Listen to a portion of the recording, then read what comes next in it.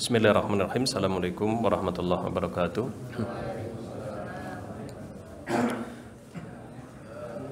Alhamdulillahirabbil alamin.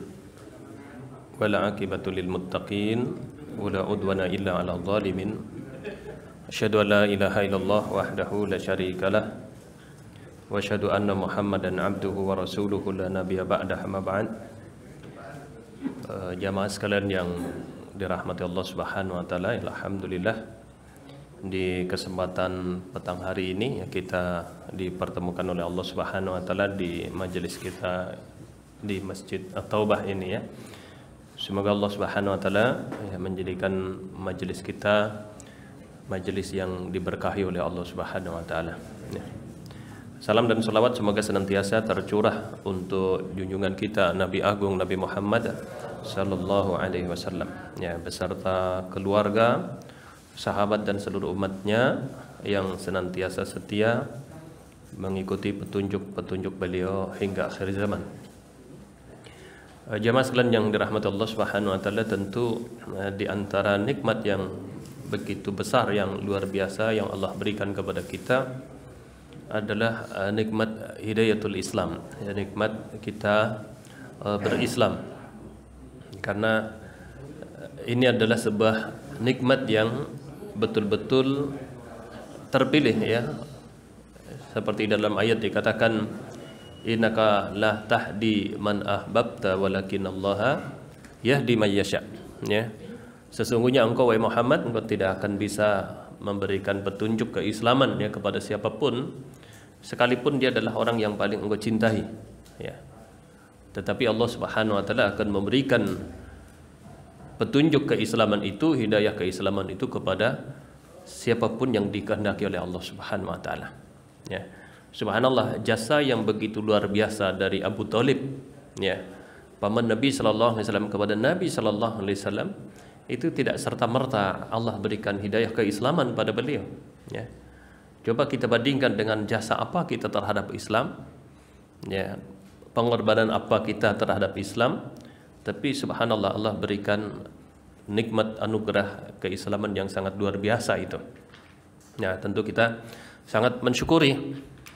Di sisi lain nikmat Islam ini adalah nikmat yang menjadi sebuah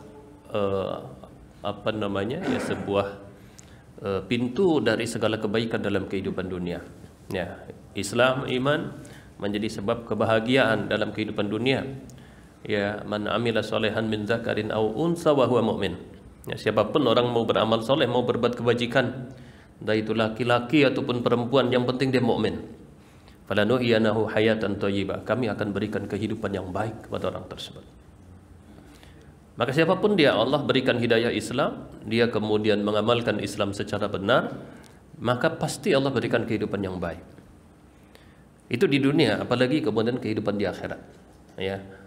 Surga senantiasa begitu banyak disebutkan di dalam ayat-ayat sebagai janji kepada siapapun orang-orang yang beriman kemudian beramal soleh. Nah, maka di kesempatan petang hari ini mungkin kami coba ingin men-stressing kembali tentang apa itu Islam sebenarnya. Ya, kita ingin berkaca kepada Islam yang itu teramalkan secara paripurna. Islam yang teramalkan dalam sebuah kehidupan yang nyata dan itu tercatat di dalam sejarah adalah bagaimana Islam di zaman para sahabat ya. Islam di zaman para tabi'in, Islam di generasi-generasi awal. Karena itu adalah praktek pengamalan Islam yang sebenarnya. Dan di situ pula kita menemukan kebenaran akan janji-janji dari Allah ataupun dari Rasul sallallahu alaihi wasallam terhadap setiap siapapun yang kemudian mereka mengamalkan keislaman itu. Ya. Ini penting. Kenapa ini penting? Karena agar kita memiliki gambaran yang utuh tentang bagaimana Islam itu. Jangan sampai kita memandang Islam bercermin dengan pola ataupun mungkin kehidupan orang-orang zaman akhir zaman. Ya. Jangan sampai kita kemudian melekatkan Islam kepada orang-orang di akhir zaman, ataupun pada sebuah komunitas tertentu, ataupun pada sebuah fase kehidupan di zaman-zaman akhir, karena pasti itu akan jauh ya dari praktek Islam yang sebenarnya. Nah, maka begitu banyak hal-hal yang kemudian kita bisa lihat ya dari dampak, kemudian juga pengaruh keislaman bagi personal para sahabat ataupun pada generasi awal, ataupun juga perubahan yang sifatnya komunal terjadi di masyarakat. Ya. Yang pertama kita lihat dulu apa itu Islam, apa itu agama Islam. Ya. Coba kalau kita lihat para ulama menyebutkan definisi dinul Islam itu banyak sekali. Kenapa penjelasan tentang dinul Islam itu banyak sekali? Ya, karena menunjukkan tentang kesempurnaan Islam itu sendiri. Ya. Karena Islam itu adalah sebuah manhajul haya, itu adalah sebuah jalan kehidupan. Jalan bukan jalan hidup secara fisik yang kita lihat, tetapi juga adalah jalan kehidupan sifatnya ruhiyah juga, hati, batin juga.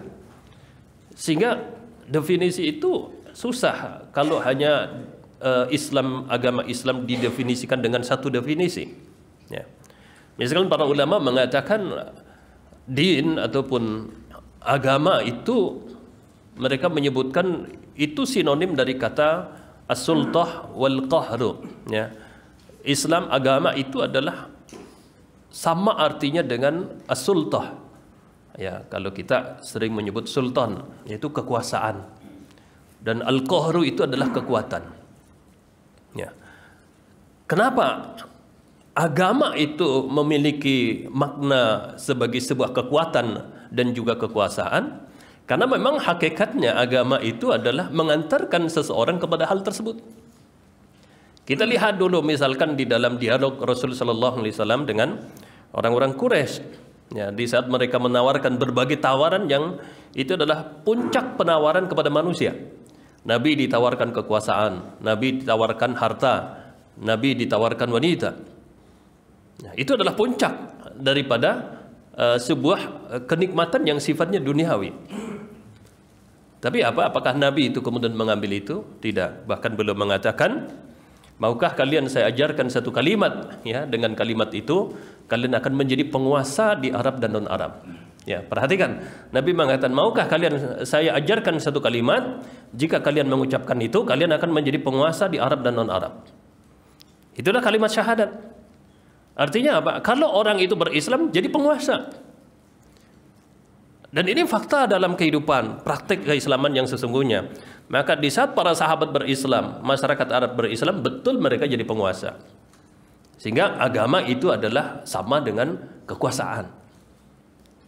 Begitu juga agama itu artinya al-qahru, artinya kekuatan.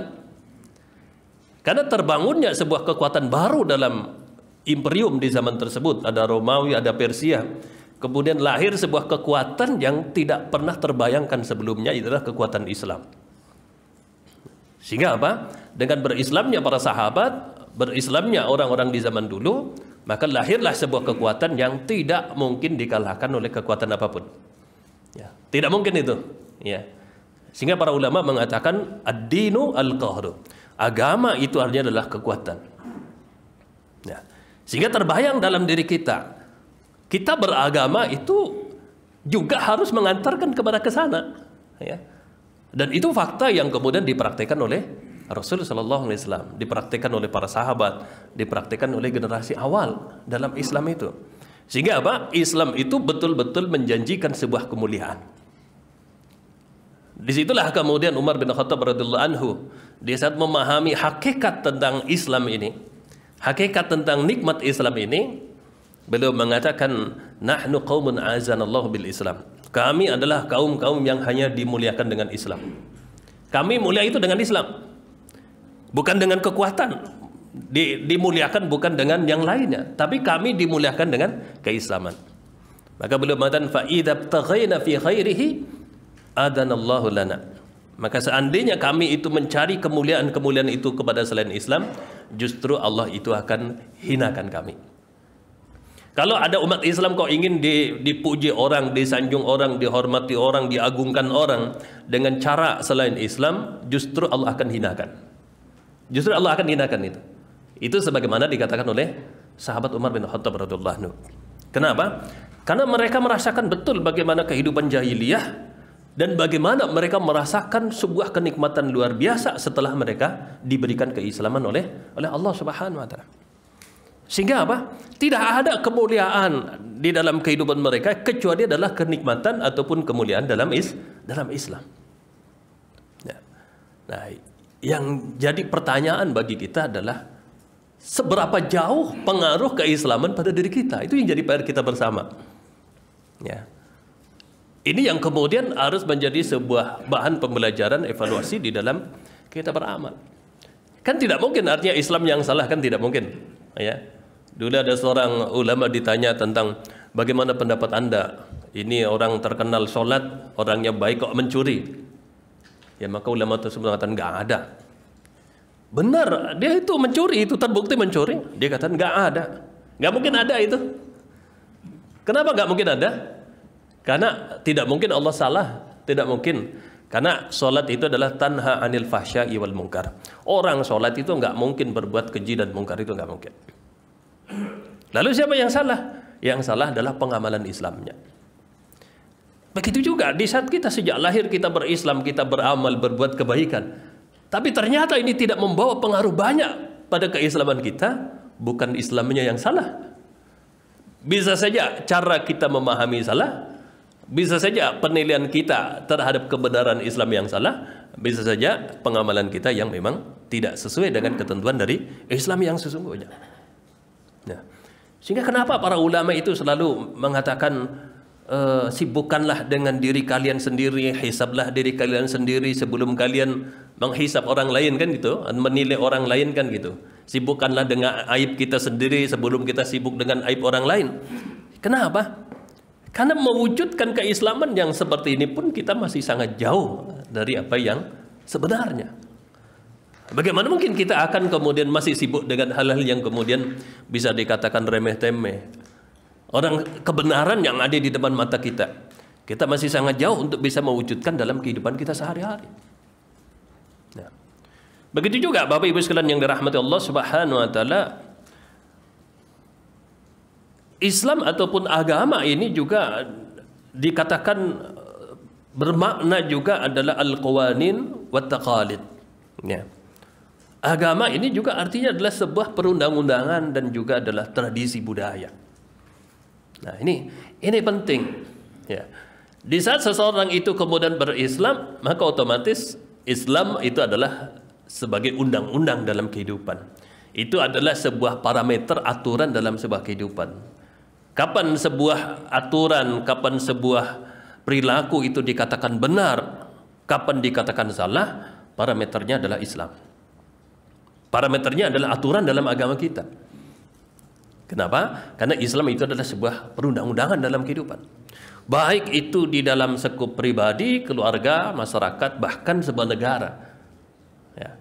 Dan ini adalah perundang-undangan yang kemudian tidak mungkin akan ada amandemen terhadap perundang-undangan ini. Nggak mungkin. Kebenaran yang datang dari Allah adalah sebuah kebenaran yang mutlak. Kebenaran mutlak artinya apa? Sebuah kebenaran yang tidak mungkin ada disangsikan lagi. Ya. Kalau kebenaran kan bisa saja kebenaran itu dikatakan kebenaran karena memang sesuai dengan realitas yang ada, ya, sesuai dengan data fakta yang ada. Dan ini biasanya adalah kebenaran yang disandarkan kepada kebenaran yang bersumber dari manusia. Ya, benar. Tetapi kebenaran dari manusia itu sifatnya adalah nisbi, sifatnya adalah relatif. Selama itu dari manusia. Kenapa dikatakan relatif? Karena kebenaran ini tidak mungkin berlaku sepanjang zaman, Pak. Nggak mungkin berlaku sepanjang zaman. Tidak mungkin pula kebenaran ini kemudian berlaku dalam setiap keadaan. Nggak mungkin. Kenapa? Karena kebenaran yang digali oleh manusia adalah berdasarkan apa yang dia pahami dari realita kejadian yang terjadi pada zaman itu, di waktu itu, dengan kejadian seperti itu. Tapi kalau coba ganti generasi, ganti budaya, kemudian terjadi misalkan tadi antara pandemi, sebelum pandemi, setelah pandemi, perubahan seperti itu, banyak hal yang kemudian sudah tidak sesuai lagi. Tapi pada saat kebenaran itu adalah kebenaran yang datang dari agama, sejak itu datang diturunkan kepada Rasul sampai hari ini, apakah perlu ada revisi dalam kebenaran Al-Quran? Tidak mungkin ada itu. Apakah perlu ada revisi dalam perilaku yang kemudian di dalam kehidupan para sahabat mau dipraktekkan dalam kehidupan sekarang? Tidak ada. Kenapa? Karena kebenaran yang datang dari agama adalah sifatnya mutlak, tidak relatif, ya, tidak nisbi. Nah, sehingga apa? Kita sebagai umat Islam, kita tidak mungkin perlu ragu pada saat kita memang betul-betul mengikuti ajaran aturan di dalam agama kita tidak mungkin salah jalan. Pada saat kita betul-betul kemudian mengikuti apapun yang datang dari Rasul, itu nggak mungkin kita akan salah jalan. Silahkan keadaannya bagaimanapun, kan nggak ada pengecualian, ya. Secara misalkan, oh ini di tahun 2022 ya, nanti menjelang 2024 ya, karena akan panas dengan suasana politik, kalau bisa ayat-ayat ini jangan dipakai dulu. Nah, itu nggak mungkin ada itu, dan itu nggak boleh terjadi. Kenapa? Ya biar menguntungkan pihak tertentu, itu nggak bisa. Kenapa? Karena aturan yang diturunkan oleh Allah Subhanahu wa Ta'ala itu adalah sifatnya mutlak. Kapanpun, dimanapun, bagaimanapun kondisi, maka aturan Islam dia akan supel dan akan senantiasa ideal di dalam praktek kehidupan manusia. Nah, begitu juga tadi Islam, agama ini juga artinya adalah taqalid, ya, ataupun tradisi budaya. Nah, ini satu hal yang kemudian betul-betul menjadi sebuah bahan evaluasi di dalam kehidupan kita bermasyarakat, ya. Di saat mereka kekeh dengan budaya, kekeh dengan tradisi, tetapi kemudian mereka tidak coba mengedepankan, ya, kalau zaman sekarang akal sehat mereka itu, mereka berpikir enggak, ya, budaya tradisi itu betul-betul tadi bagaimana dampaknya, positifkah, negatifkah, kan gitu, mendatangkan kebaikan atau keburukankah, kan gitu. Padahal kita sebagai manusia apa? Padahal kita sebagai manusia dianjurkan untuk berpikir terus, bertafakur, evaluasi, analisa, kan gitu. Kalau kita kemudian asal jalan, asal mengikuti, itu masalah besar. Itu masalah besar. Ya. Sehingga pada saat kita lihat turunnya syariat kepada Rasul, kemudian para sahabat, ya, Islam ini turun, maka Islam ini kemudian berubah menjadi budaya kehidupan sehari-hari. Ya, terjadilah apa? Terjadilah islamisasi budaya dalam kehidupan manusia. Sehingga apa? Kita melihat kehidupan manusia itu seakan-akan dibawa kepada sebuah kehidupan baru yang berbeda jauh dengan kehidupan sebelumnya itu. Nah, ini yang kemudian luar biasa itu. Kesiapan para sahabat untuk hijrah dari satu kondisi jahiliyah kepada sebuah kondisi Islam itu betul-betul kemudian berjalan begitu mulus. Ya. Coba kita lihat di dalam hadis-hadis yang disampaikan oleh Rasulullah. Beliau banyak mengatakan apa? Talatatun. Ya, beliau mengatakan ada 3 perkara, ya, yang itu merupakan tinggalan perkara jahiliyah itu. Ya, seandainya 3 perkara jahiliyah ini ada pada umatku, kan begitu. Coba dari budaya tradisi kehidupan yang melekat dalam kehidupan sehari-hari, dalam pola kehidupan masyarakat. Bayangkan Nabi hanya bersabda ada 3, ya, tradisi jahiliyah yang seandainya ada pada umatku, yang kadang itu masih ada pada umatku. Berarti apa? Para sahabat itu betul-betul bisa menghijrahkan tadi dari budaya jahiliyah kepada budaya Islam. Ya. Sehingga apa? Mereka masuk dalam sebuah fase kehidupan yang betul-betul berbeda jauh dengan kehidupan sebelumnya. Baik dalam kehidupan rohiyah, batiniyah mereka, batin mereka, akidah mereka, sampai pada tradisi budaya kehidupan sehari. Tanpa apa? Tanpa mereka merasa berat meninggalkan tradisi-tradisi lama itu. Nah, kadang kita berpikir juga pada saat dakwah itu kemudian dikritisi oleh sebagian orang-orang yang mengatakan ini kan seperti tradisi jahiliyah, kan gitu. Di saat Rasul coba melakukan pembaharuan dalam kehidupan, orang-orang jahiliyah mengatakan kamu boleh minta apa saja ya Muhammad, yang penting jangan berubah-ubah budaya. Nah, ternyata tradisi ini kan terus ada sampai sekarang. Di saat kemudian ada sebuah dakwah, upaya pembaharuan, mengajak umat kepada kebaikan, kemudian bersinggungan dengan budaya, kita akan selalu dikatakan jangan ngutik-ngutik budaya, jangan kemudian berusaha untuk merubah-rubah budaya. Padahal Islam justru akan mengantarkan kepada budaya yang baru, budaya yang lebih manusiawi, budaya yang lebih terhormat, kan gitu. Dan kita lihat pada kesiapan sahabat, itu sebuah kesiapan yang sangat luar biasa Bapak Ibu sekalian. Nah, ini yang kadang kita itu harus bermuhasabah betul itu. Ya. Para ulama mengatakan, kenapa sih di zaman-zaman awal itu Islam betul-betul begitu cepat mengantarkan mereka kepada perubahan kehidupan itu? Mereka menyebutkan salah satunya adalah suratul istijabah. Karena mereka adalah orang-orang yang paling cepat merespon itu.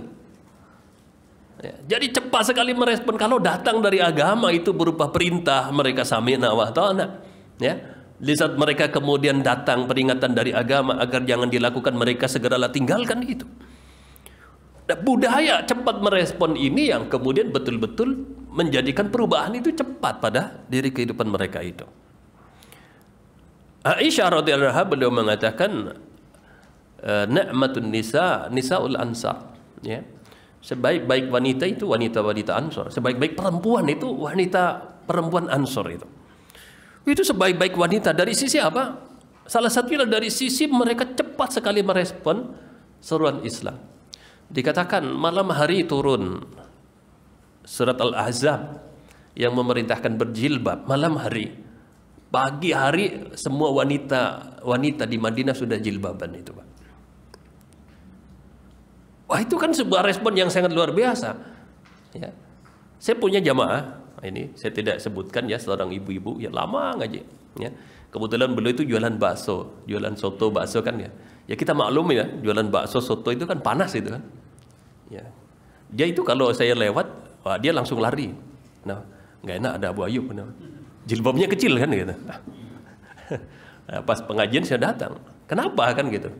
Panas Ustaz. Saya kalau pakai jilbab besar panas lah. Mana mungkin saya jualan bakso, jualan soto yang di depan kompor pakai jilbab besar kan gitu. Ya, saya katakan Madinah itu jauh lebih panas dari kompornya ibu, wah itu. Ya. Jadi kalau kita mundur dari depan kompor itu ke belakang sudah adem kan gitu. Coba musim panasnya di Madinah. Ya, itu biasa sampai 53 derajat itu. Nggak pernah itu wanita-wanita Madinah mengatakan, ya Rasulullah panas, ya Rasulullah pakai jilbab. Nggak ada itu. Hanya malam hari perintah berjilbab, pagi hari sudah berjilbab. Nggak ada alasan. Bahkan nggak kedengaran mereka mau cari jilbab dulu, mau jahit jilbab dulu. Itu nggak ada itu. Bahkan dalam riwayat dikatakan mereka harus nyopot korden-korden mereka sementara untuk dipakai jilbab. Ayo kan kita lihat tadi sisi merubah budaya itu hal yang kemudian sangat cepat direspon oleh mereka. Kemudian juga misalkan tradisi-tradisi bukan hanya pada kaum perempuan ya, kaum laki-laki juga begitu kan. Di saat larangan khamr ya, larangan khamr turun dari Allah Subhanahu wa taala ya, walaupun ini bertahap. Ini kasih sayang Allah Subhanahu wa taala. Pertama Allah hanya katakan khamr itu manfaatnya sedikit, madaratnya banyak kan gitu. Ya, cuman dipahamkan gitu, biar manusia berpikir, ada tahapan berpikir. Orang itu bisa berhitung. Saya melakukan apapun, dia coba berhitung mana kebaikannya, mana keburukannya, banyak mana kan gitu. Setelah seperti itu manusia sudah berpikir, Allah kemudian menurunkan tahapan kedua, dikatakan wala taqrabus shalat wa antum sukara. Sekarang sudah paham kan kalian jangan minum khamar. Karena apa? Manfaatnya lebih sedikit daripada madaratnya. Kalau sudah paham sekarang kalian nggak boleh sholat dalam keadaan mabuk. Nggak boleh. Artinya kalau selain sholat bolehlah mabuk-mabuk dikit kan gitu. Tapi kalau sholat jangan kan gitu. Itu bertahap.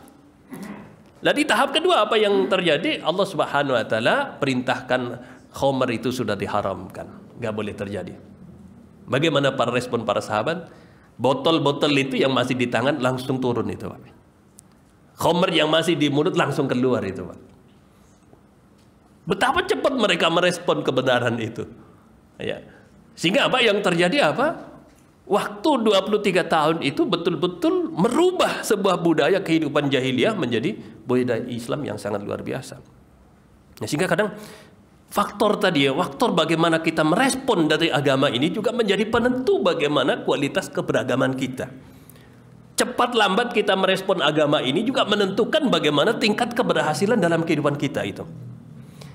Kalau masih harus musyawarah dulu kan gitu ya, nanti saya musyawarah dulu sama istri, kira-kira bagus nggak saya jenggotan kan gitu ya. Nanti saya potong celana itu, mau minta masukan istri dulu, kira-kira bagus atau enggak. Nah itu nggak ada itu, nggak ada. Artinya mereka sudah pada saat datang itu dari Allah dan Rasulnya. Ya maka ada sebuah buku ditulis oleh almarhum ya, seorang ustadz yang sudah meninggal ya rahimahumullah. Beliau menulis buku tentang bagaimana Al-Quran di dada-dada orang beriman. Salah satu poin yang kemudian disebutkan oleh beliau bahwasanya Al-Quran turun kepada mereka itu seperti perintah dari komandan perang kepada pasukannya. Ya, seperti perintah itu. Kapan perintah, ada yang cuma siap laksanakan. Nah, ini yang kemudian dipraktekkan oleh para sahabat. Datang perintah wahyu turun dari Allah kepada Rasul, dibacakan oleh Rasul, siap jalankan itu. Sehingga apa? Di saat pernyataan kita beriman kepada agama ini menyatakan kebenaran tanpa ragu terhadap kebenaran agama, tetapi juga masih membutuhkan banyak hal untuk bisa merespon. Nah, itu yang kemudian jadi masalah.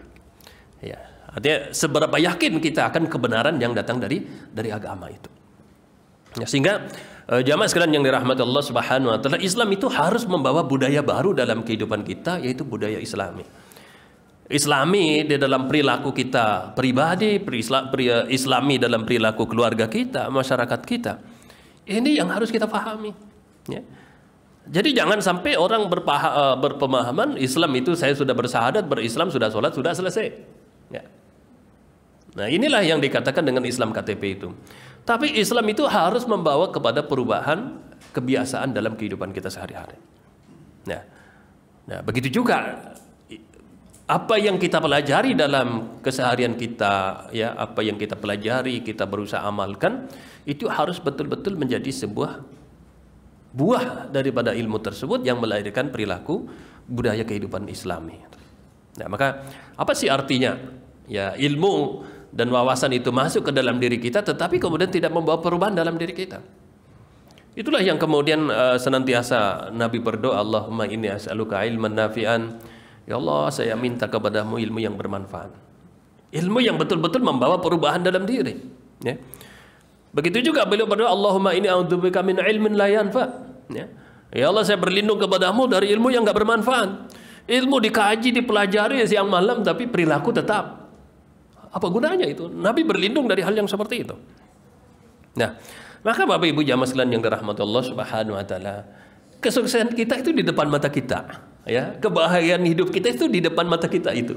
Ya, segala kesuksesan dalam kehidupan ini ada di depan mata kita. Ya, panduannya sudah ada. Ya, panduannya sudah ada, jalannya sudah ada. Tinggal kadang apa? Bagaimana mensikapi itu. Ya. Sebagian para ulama mengatakan tafsir daripada Siratal Mustaqim itu adalah tafsirnya adalah Islam itu sendiri, agama itu sendiri. Sehingga apa?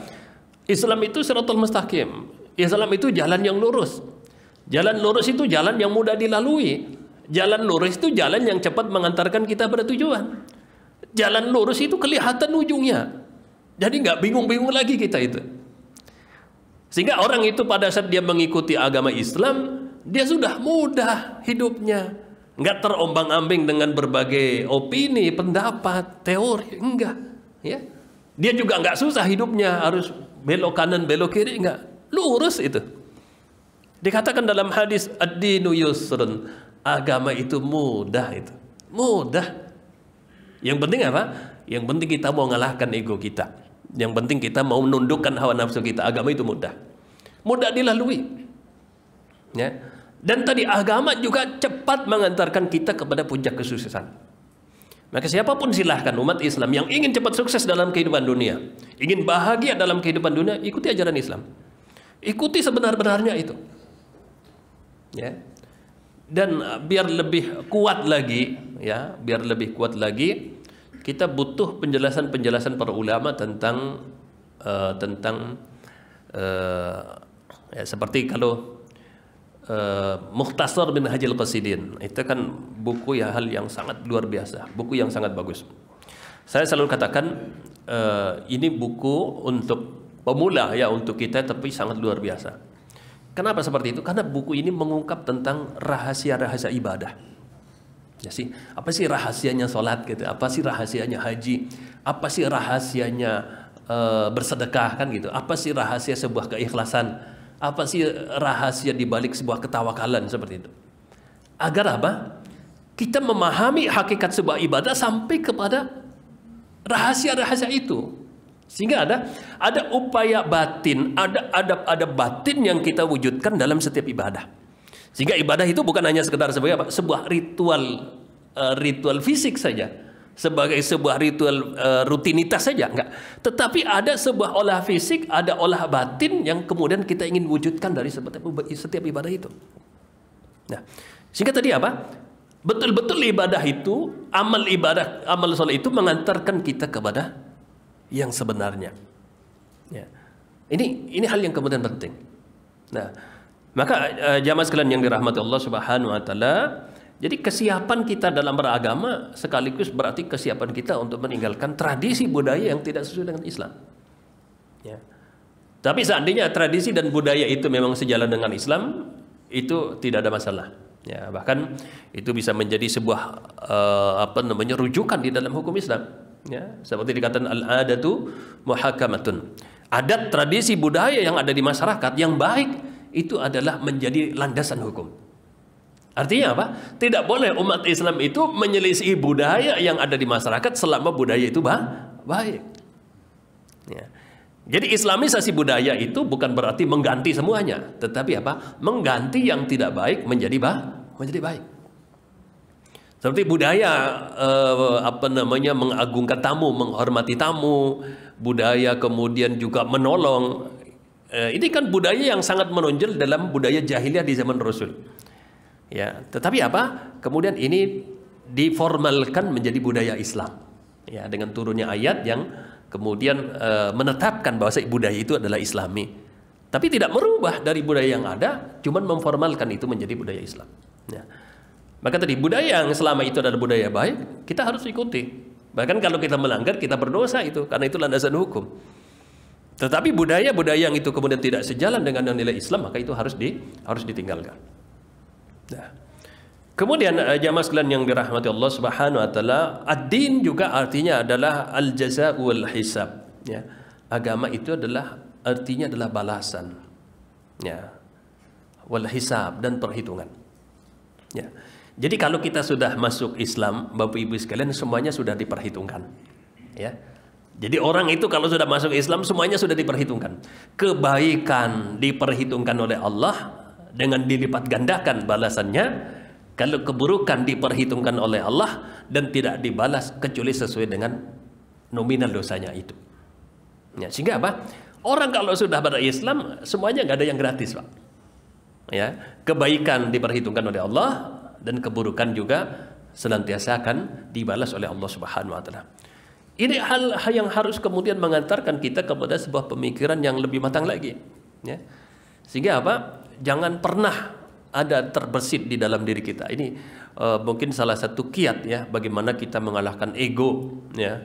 Kita bagaimana menundukkan nafsu kita di dalam kita melakukan amal-amal kebaikan itu. Apa itu banyak ayat mengatakan kan gitu. Ya.